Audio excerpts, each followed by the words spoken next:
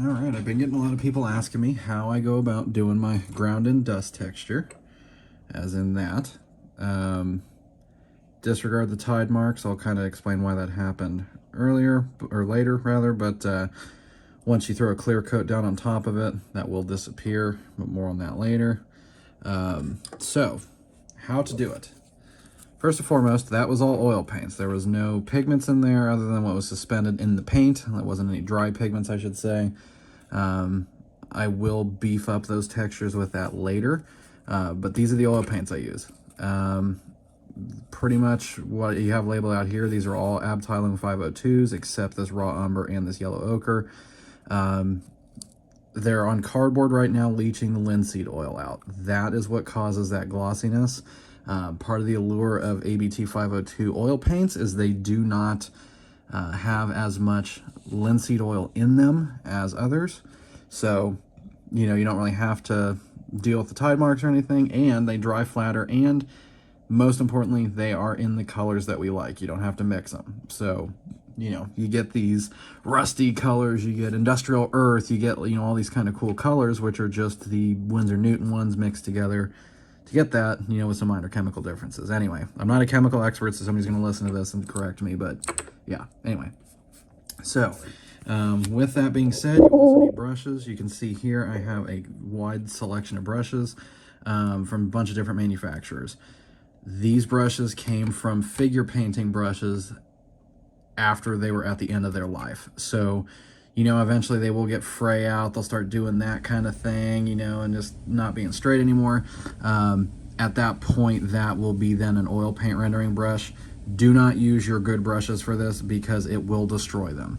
The reason I have so many here is, hey, I've got a bunch of brushes that I've burnt through, so let's get some more use out of them because these things are not cheap.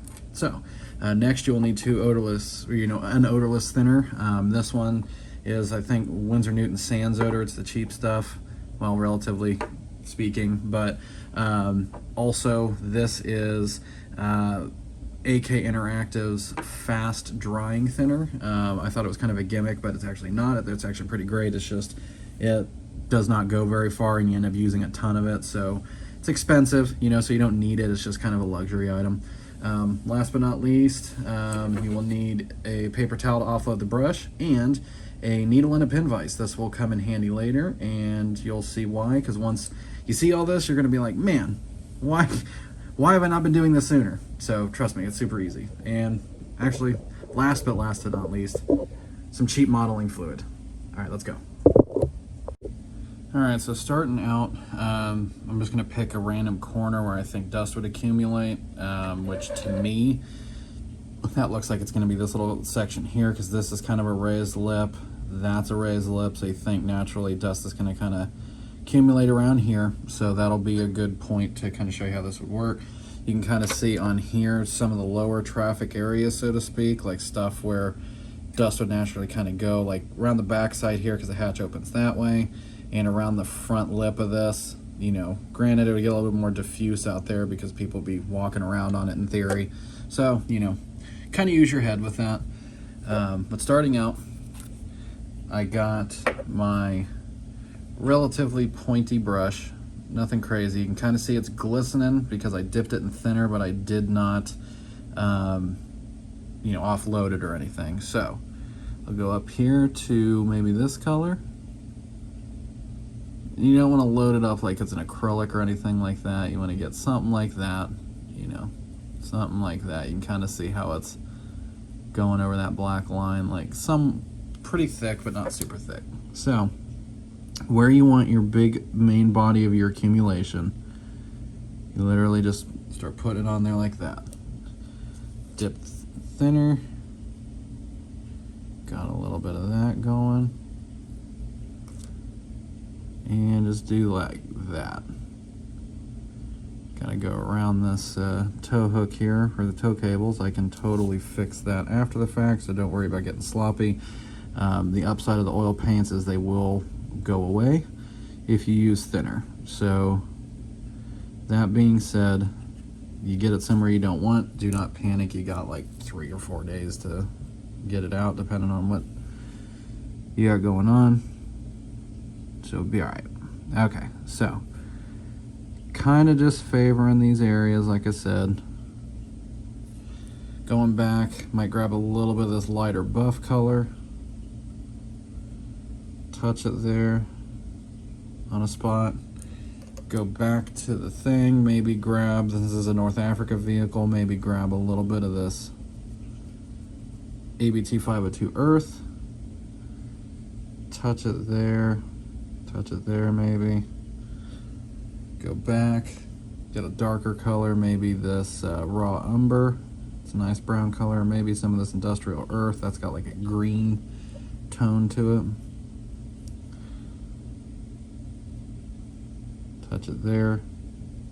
Kind of do something like that. Now, you will then go back with a dry brush, relatively dry. This is not touch thinner yet. What I like to try to do is keep my dry blending brushes and my moist brushes, so to speak. Everybody loves the word moist, but try to keep those away, separate from each other, because once you get it in thinner, it's going to take it a minute to fully dry out. That's kind of where this fast dry thinner comes in, because that'll, like it says in the name, dry pretty quick. But literally at this point, just right on the edges of it, it's kind of tapping lightly. A little bit of movement there. Kind of see, and just maybe I put it on just a touch too wet, but kind of see it's starting to feather out a little bit, right? I'll switch to a smaller brush. This is a Citadel layer brush, past its prime. But basically the tapping motion of bringing it down on top of stuff, you can see is almost leaving like quote-unquote brush marks. But that's okay, because texture is the name of the game here. But I'm also favoring the outside edges of this where I put the oils, because I just want to feather those in, and it's going to gradually build up to the edges where it'll kind of start ramping up the opacity. So something like that, and then you're going to say to yourself, well, I might need a little bit more, and that's fine.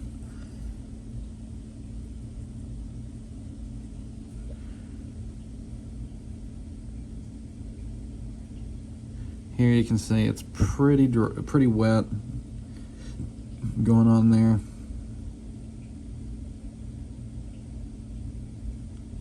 Just building up the opacity in those areas that we want to have the bigger accumulations. Another flat brush, or this bushy brush that's dry. Not flat, I don't know why I said flat, I'm just rambling. All right.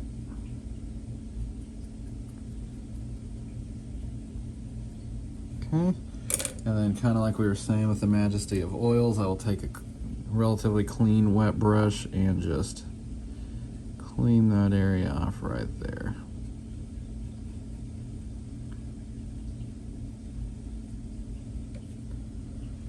Okay, now that that's on there,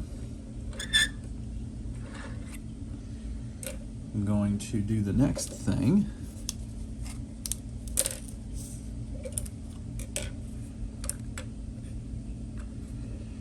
We're going to take this blending brush, kind of like I showed you earlier, the one that's all frayed out. We're going to put thinner on it. We're going to go up to here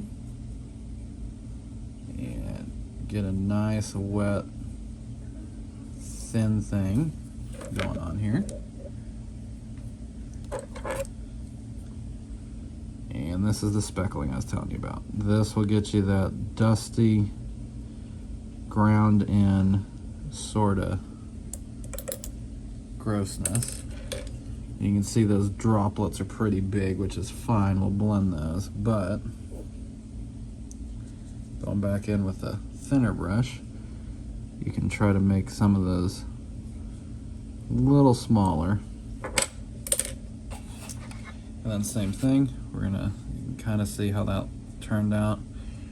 We're gonna go back in with the blending brush, and just some of these spots, we're just going to go back on there and kind of just tap them like that. I don't know if this is coming well super well through the cameras, but the previous stage of this was to do some stippling, no that's not the word, speckling with a darker color for like chipping and stuff, which you can kind of see coming through here a little bit, but that's why it's not super important that we clean it all up as well as we can, like right off the rip when you do the speckling layers, because it's all going to get blended in together anyway.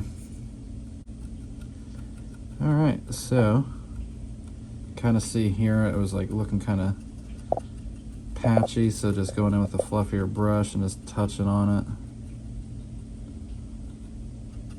I'm just doing that. And really this whole thing is just a bunch of that in various, combinations. All right, so what we're doing here is we're basically going to be taking some various color of oils. Here we're taking some of the darker stuff, some of that raw umber, then we're speckling it on over our work. What that's going to do is plant some darker tones in there that we can then take a pointed brush with some thinner and basically, blend them in. We're using kind of a wet application here, but the problem also is we may get these tide marks. Which you can kind of see here. They look like they have almost a hard edge, so we take a fluffy brush and further blend them in there, and then that thinner that you put on the surface will also help kind of get that diffuse look and kind of loosen up some of that oil. And then taking some various other tones, just various forms of speckling. That's literally all this is. It's just various forms of speckling.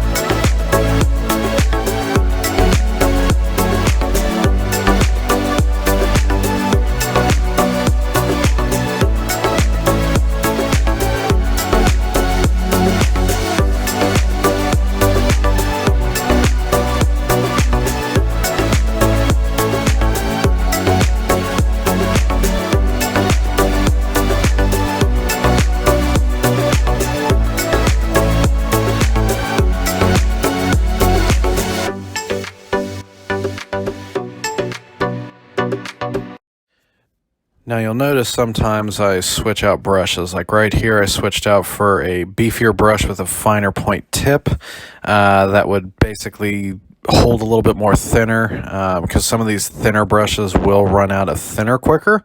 Not that that's a problem, it's just sometimes you need to add a little bit of thinner on here to kind of keep everything moving, because if you let it get too dry, nothing will blend quick enough. So it's a fine balancing act. You'll end up finding out what works for you, but basically, there's probably 10 or 12 different brushes I'm using during this entire thing, and you'll kind of get the knack for it. And then if you ever accidentally go too far on blending, put some more on there. Right here you can see I put some more of the light color on there and went back to blend it because I did too much in the opposite. That's the beauty of oils.